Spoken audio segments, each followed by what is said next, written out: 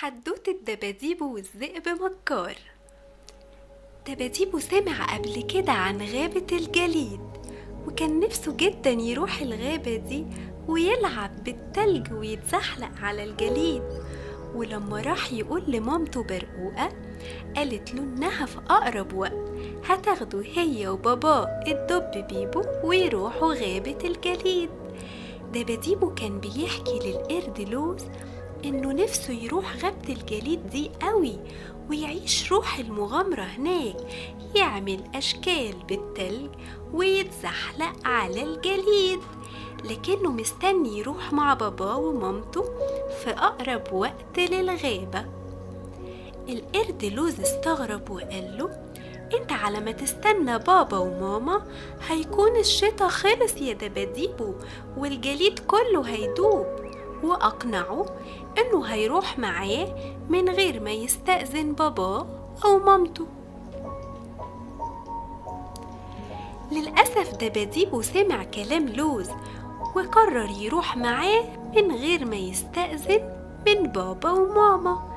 مش بس كده، ده كذب على مامته وقال لها إنه هيروح يقطف تفاح من حديقة التفاح. دباديبو ولوز وهم بقى في طريقهم للغابة كان شايفهم الذئب مكار، وفضل ماشي وراهم عشان يستنى الوقت المناسب وياكلهم.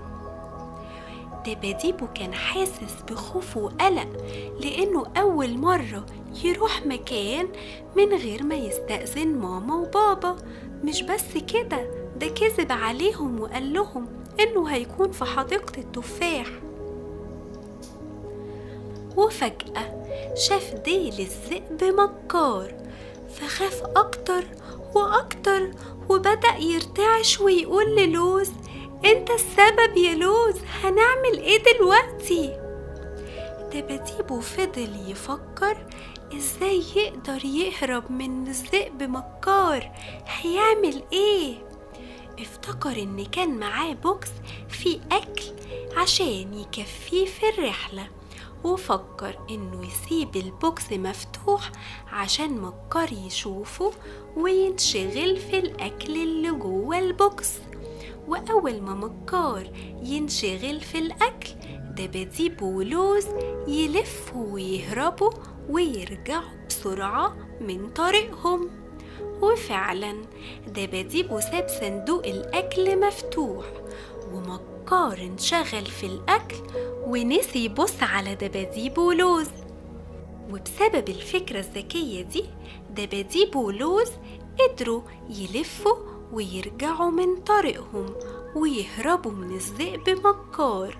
والحمد لله رجع دباديبو لباباه ومامته بسلام، وتأسف لهم وحكى لهم عن اللي حصل، ووعدهم انه عمره ما هيخرج مكان من غير استئذان، وعمره ما هيسمع كلام حد من أصحابه من غير ما يفكر فيه، ويرجع وياخد رأي ماما وبابا. وتوتة توتة قولولي حبيتوا ايه من الحدوتة؟